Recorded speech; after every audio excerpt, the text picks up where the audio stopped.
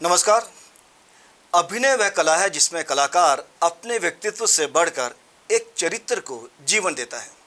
अब कैमरा हो या मंच हो, उत्कृष्ट अभिनय दिलों तक पहुंचने का माध्यम बनता है।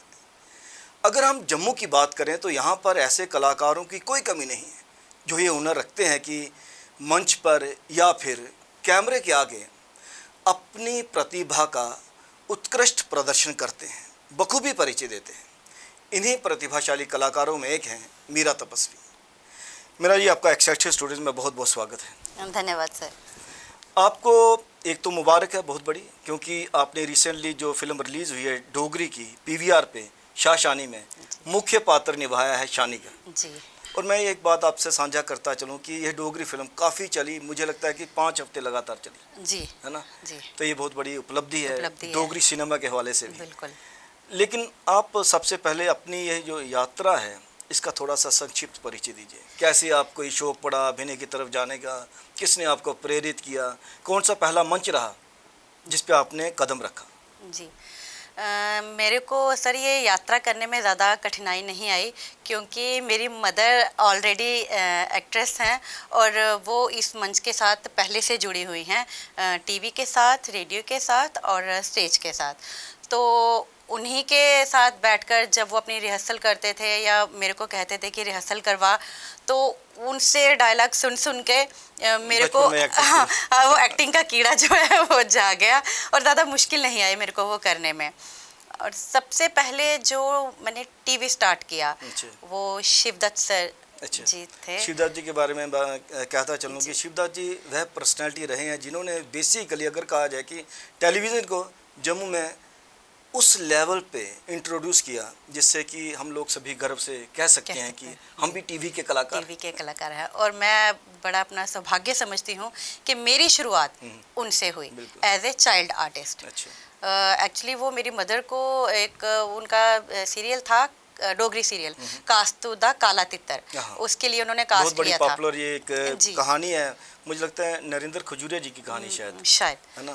ये क्लासिकल तब फिल्में बना करती थी, उसमें कास्तुदा काला तितर फिल्म बनी तो उनको साइन किया था। तो उन्होंने फिर मेरे को भी किया, पर मुझे डर लग रहा था कि शायद मुझसे होगा कि नहीं होगा, लेकिन उन्होंने इतना कॉन्फिडेंस दिखाया कि नहीं तुम कर सकते हो। तो तब पहला मैंने उनके साथ एज ए चाइल्ड आर्टिस्ट कास्तुदा काला तितर वो सीरियल की शुरुआत की थी। तो वो बड़ा अच्छा रहा मेरे लिए, शुरुआती दौर जो काफ़ी अच्छा रहा था फिर वो। तो उसके बाद आपने रंगमंच पे कब कदम रखा, क्योंकि आपके ज़्यादातर नाटक जो है वो रंगमंच पे हुए? हाँ, उसमें भी जो मेरी पहली शुरुआत हुई वो मुश्ताक कागजी सर थे। हाँ, उनसे शुरुआत हुई और सेम उनके साथ भी ऐसा रहा। उनका पहला वो था जो मैंने किया डाकघर। हाँ, तो उसमें भी यही हुआ था कि उनको ये लगता था कि मैं कर सकती हूँ। मैंने कभी स्टेज किया नहीं था। हाँ, टीवी की शुरुआत मैंने कर दी थी लेकिन स्टेज नहीं किया था। कैमरे और स्टेज में बहुत बड़ा अंतर है। क्योंकि कैमरा ऐसा है कि अगर आपसे कुछ गलत भी हो जाता है वो रीटेक हो जाता है। स्टेज अगर आपने करना है तो उसमें कोई रीटेक नहीं है, अगर गलती हो गई सो हो गई, उसको आप फिर छुपा भी नहीं सकते हो। तो उनको ये लगा कि नहीं, और वो जम्मू में भी नहीं करना था, वो करना था मुंबई में। तो मेरे को डर लग रहा था। मैंने कहा सर क्या मैं कर पाऊंगी? बड़े मंच के लिए। तो सर मैं कर पाऊंगी? उन्होंने बोला हाँ तू ललिता तपस्वी की बेटी है तो करेगी। तो वो बड़ा अच्छा मुझे एक कॉन्फिडेंस आया मेरे में, नहीं क्योंकि अगर मेरी मदर का नाम लेकर उन्होंने कहा है तो अब मुझे करना है। और बड़ी बात यह है कि डाकघर एक बड़ा नाटक था और मुश्ताक बड़े निर्देशक रहे हैं। बिल्कुल बिल्कुल।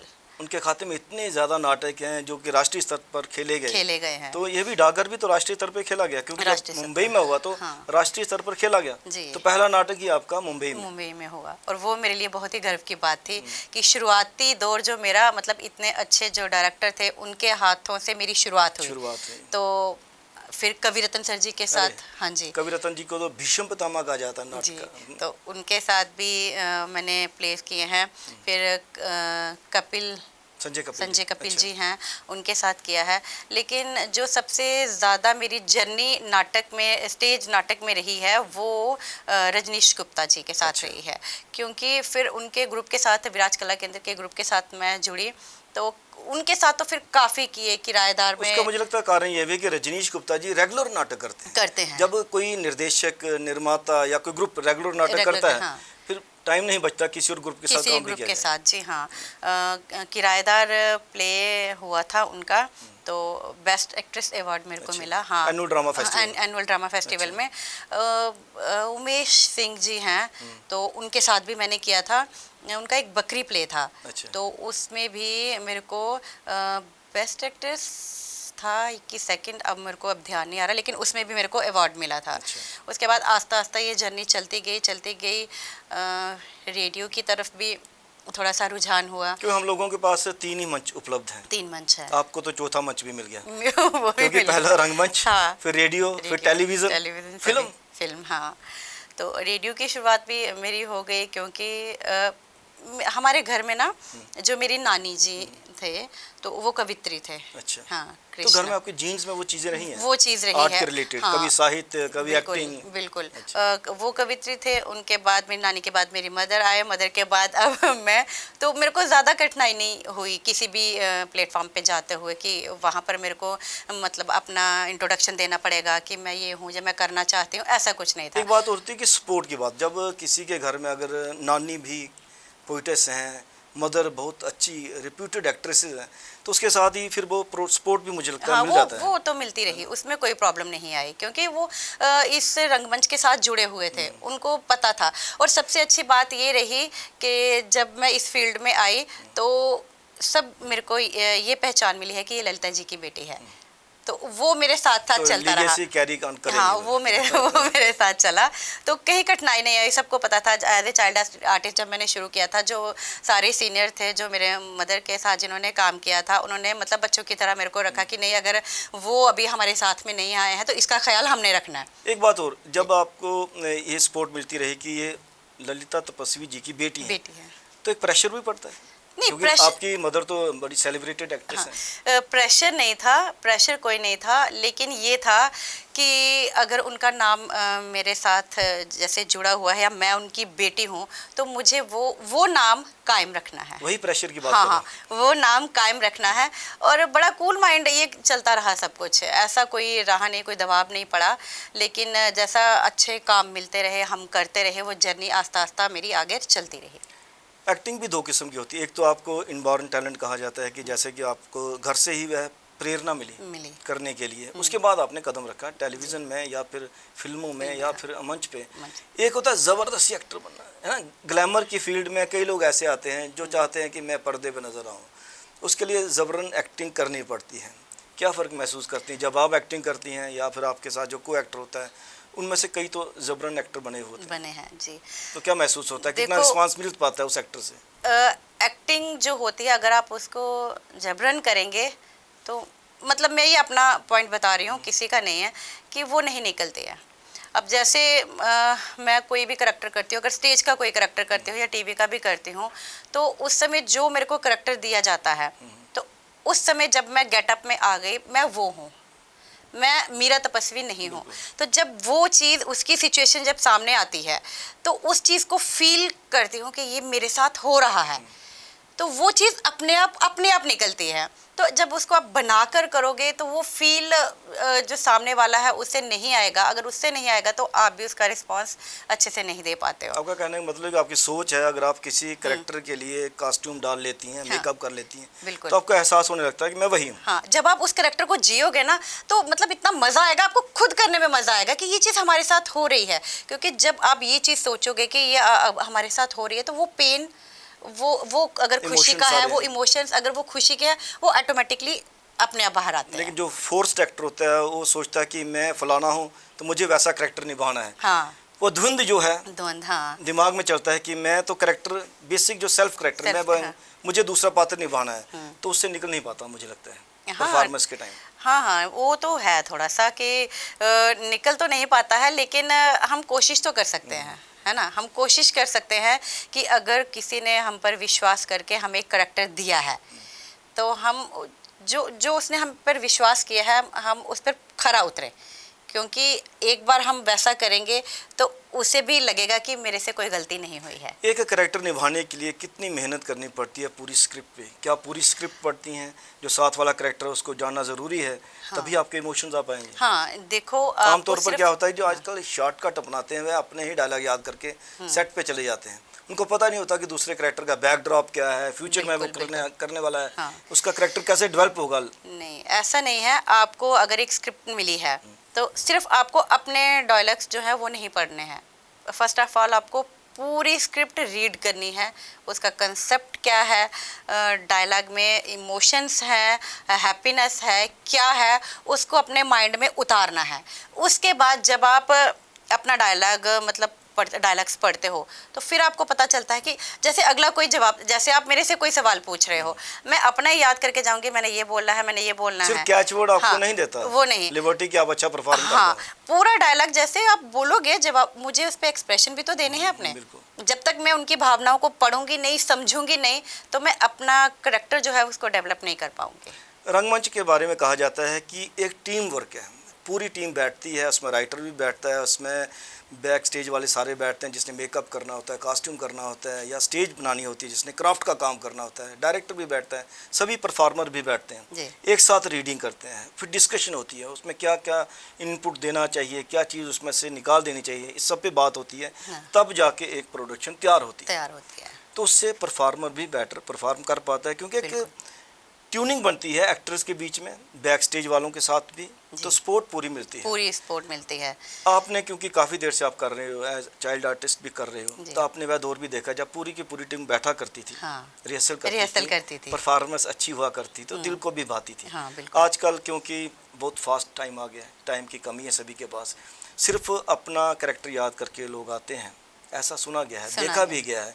तो फिर वो परफॉर्मेंस वैसे नहीं हो पाती स्टेज पे, क्योंकि कनेक्टिविटी ही नहीं हो पाती आर्टिस्ट के आपस में ही। हाँ। तो कनेक्ट बन नहीं पाता वो बन नहीं दर्शकों पाता। के साथ भी। हाँ। कितना महसूस करती हैं आपकी टीम वर्क की तरह से थिएटर परफॉर्मेंस होनी चाहिए? देखो, टीम वर्क ज़रूर होना चाहिए, क्योंकि उससे जब हम सारे डायरेक्टर आर्टिस्ट सब मिलकर बैठते हैं, हमें ये पता चलता है कि हमारा कैरेक्टर क्या है।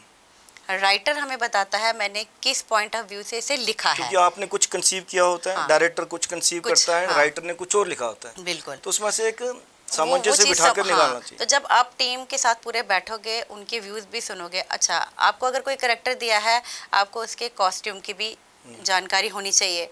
अगर आपको कोई हिंदी का कैरेक्टर दिया है, कोई पंजाबी का कैरेक्टर दिया है, कोई डोगरी का दिया है, परिवेश, जिस तरह से परिवेश तो होगा। उसकी वेशभूषा जैसी है वैसी ही होनी चाहिए। और काफ़ी ऐसा होता है कि जब आप वो कॉस्ट्यूम भी पहनते हो ना, तो आपकी लुक ऑटोमेटिकली, मेकअप भी होता है तो वो वैसी लुक दिखना शुरू हो जाती है।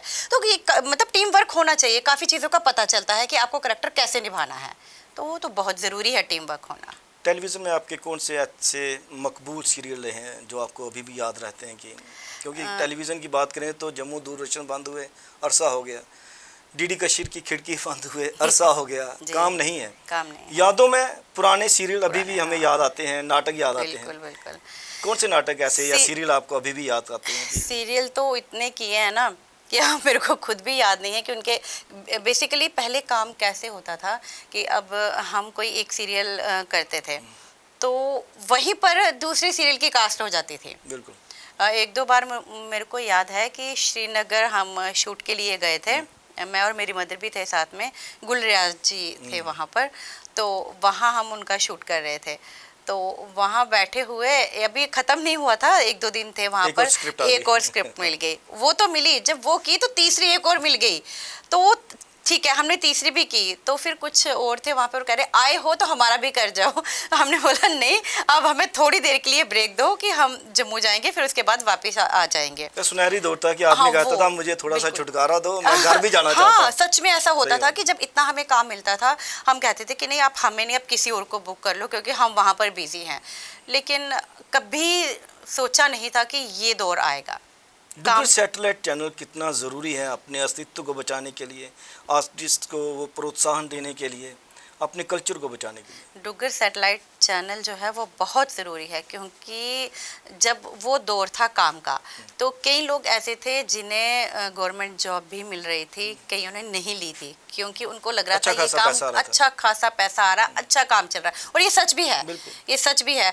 मेरी मदर भी कहते थे कोई फॉर्म भर लो, कोई कर लो। मैं कहती क्या करना है, उधर जाके पूरा दिन ऐसे बैठे रहो, करते रहो, तो ये काम हमारा अच्छा चल रहा है, शौक भी पूरा हो रहा है, पैसा भी आ रहा है। तो ये काम बंद होने से हमारे काफ़ी जो सीनियर आर्टिस्ट भी हैं तो वो बिल्कुल डिप्रेशन में भी जा रहे हैं कुछ, क्योंकि काम रहा नहीं है। अगर डुग्गर सैटेलाइट चैनल होगा तो काम खुलेगा। ये नहीं है कि एक ही आर्टिस्ट को सारा काम मिले, ऐसा नहीं है। जब वो खुलेगा तो जितने आर्टिस्ट हैं सभी को काम मिलेगा। और जो इस लाइन से जुड़ा हुआ है, अब वो अगर चाहे कोई दूसरा काम खोले या कोई किसी की दुकान पर बैठ के काम करे या कोई और काम करे, वो नहीं कर सकता है, वो नहीं कर सकता है। तो डुग्गर सैटेलाइट चैनल बहुत ज़रूरी है आने वाली जनरेशन के लिए भी, क्योंकि हमारी संस्कृति यहीं ख़त्म हो जाएगी। अगर हमारा चैनल ही नहीं होगा तो आगे हमारी जो जनरेशन होगी उसे क्या पता चलेगा हमारी संस्कृति क्या है, हमारी भाषा क्या है। आपके चैनल के माध्यम से संस्कृति, भाषा और अस्तित्व, अगर हमारी भाषा नहीं रहेगी हमारा अस्तित्व खत्म हो जाएगा। संस्कृति नहीं रहेगी तो अस्तित्व खत्म हो जाएगा। इससे पहले कि हमारा अस्तित्व जो है ये खत्म हो, डुग्गर चैनल, सैटेलाइट चैनल ज़रूर मिलना चाहिए। एक बात और, क्योंकि आपने अब मंच बदला है, बदला नहीं, आपको एक अपॉर्चुनिटी मिली है, अवसर मिला है बड़े पर्दे पे जाने के लिए। तो बड़े पर्दे पर जो आपने शानी का रोल किया, डोगरी फीचर फिल्म, उसके साथ जुड़ी आप, कैसा एक्सपीरियंस रहा? बहुत लोगों अच्छा। का रिस्पांस कैसा रहा? अरे इसमें तो हमें जब हमने ये शूट किया था तो जब ये पता चला कि अभी KCPVR में लग रही है तो मन में बहुत डर था, क्योंकि रीजनल लैंग्वेज, हाँ लैंग्वेज अपनी डोगरी लैंग्वेज है, तो पता नहीं रिस्पांस कैसा मिलेगा। लेकिन जब पहला शो हुआ उसके बाद एक एक दिन बढ़ता गया। बुक माई शो पे हम फटाफट देख रहे हैं, टेंशन होती है, देख रहे हैं कितनी सीट्स बुक हुई, हाउसफुल जाते रहे हैं हमारे ये पूरा 1 सवा महीना जो हमारी ये फिल्म लगी है। और लोगों से सुनने में ये आ रहा है कि ये पहली फिल्म है जो इतना टाइम निकाला है जिसने। और जम्मू से काफ़ी हमारे जो अपने डोगरे हैं जिनको नहीं भी आती है डोगरी लेकिन सुन रहे हैं, क्या कहते हैं, शाशानी फिल्म आई है जी, वो देखने जाना है एक दूसरे से सुन के। लेकिन बहुत अच्छा, सांबा से, कठुआ से, बसोली से, हाँ मतलब सभी। और इसका अगर सब लोग आए हैं, इसका एक कारण और है क्यों आए हैं, क्योंकि किसी भी रीजनल लैंग्वेज में अगर आप काम करते हो या बड़े पर्दे के लिए करते हो, उसकी पब्लिसिटी करना बहुत ज़रूरी है। देखो अगर हम घर में बैठे हैं, हमें पता ही नहीं होगा कि वहाँ क्या हो रहा है, तो कौन देखने जाएगा? पोस्ट प्रोडक्शन, हाँ फिल्मी दुनिया में कहा जाता है पोस्ट प्रोडक्शन। ये पब्लिसिटी इसकी बहुत अच्छी हुई, आर्टिस्टों ने भी की, जैसे पोस्टर निकलना शुरू हुए। देखो ये सबके, देखो इसका सबसे सही माध्यम हमारा फेसबुक हो गया, व्हाट्सएप हो गया, सोशल मीडिया जो है इसने बहुत हेल्प की, हमारे प्रेस मीडिया ने बहुत हेल्प की। क्योंकि जब तक लोगों तक खबर नहीं जाएगी, लोगों को पता ही नहीं चलेगा, तो वो कैसे आएंगे? जैसे जैसे खबर जाती गई कि 1-2 दिन हुआ, अच्छा डोगरी है, डोगरी, जब डेली वो न्यूज़ चल रही है, देख रहे हैं, पब्लिसिटी जब हो रही है तो लोगों को लगा यार कुछ तो है, देखने जाना पड़ेगा। लेकिन तो, आपने शाशानी नाटक भी किया है, हाँ, तो नाटक और फिल्म में क्या फर्क महसूस किया? नाटक इसके हमने 18 शो किए हैं। 18 उसमें भी आपने मेन कैरेक्टर किया है? मेन कैरेक्टर है, शानी का ही है। तो ये कैरेक्टर बहुत दिल में बस गया था। इसमें करैक्टर में तो ये हो गया कि ये जो हमने किया था स्टेज में, इसमें तो वही स्टेज पे जो परफॉर्मेंस आपको करनी है, थोड़ी बंदिश है, इतना टाइम है, आपको इतने में करना है और सब कुछ। लेकिन नाटक में थोड़ा सा वो जो फिल्म में किया है, थोड़ा सॉन्ग वगैरह भी रखे हैं, विस्तार से किया है। अपना डोगरी कल्चर जो है उसको थोड़ा विस्तार से बताया गया है। तो अच्छा एक्सपीरियंस रहा। ये अलग, स्टेज का अलग था और इसका अलग था, मजा आया। रंगमंच, रेडियो, आकाशवाणी जिसे आजकल कहा जाता है, उसके बाद टेलीविज़न और फिल्मी अदाकारा मीरा तपस्वी क्या संदेश देना चाहेंगी युवा पीढ़ी को, विशेषकर डोगरी नाटक के हवाले से? मैं सबको यही कहूँगी कि एक्टिंग करना कोई मुश्किल नहीं है, एक्टिंग मुश्किल नहीं है, लेकिन आप इसमें तभी आइए कि अगर आप इसको सच्चे मन से करना चाहें। हाँ, लेकिन एक चीज़ और है, सिर्फ एक्टिंग पे जीवन नहीं चलेगा। साइड बाय साइड आपको कोई अपना जॉब, बिजनेस, अगर आप पढ़ाई कर रहे हैं तो पहले उसको प्रेफरेंस दीजिए, और साथ साथ अपना ये अगर शौक है आपको, ये साथ साथ में आप चलाते रहिए और पूरी ईमानदारी से चलाइए, ताकि एक दिन आपका भी नाम बने। उम्मीद करेंगे कि आपकी बात युवा पीढ़ी तक पहुंची होगी। आप एक्सेक्टर स्टूडियोज़ में आपका बहुत बहुत धन्यवाद। धन्यवाद सर।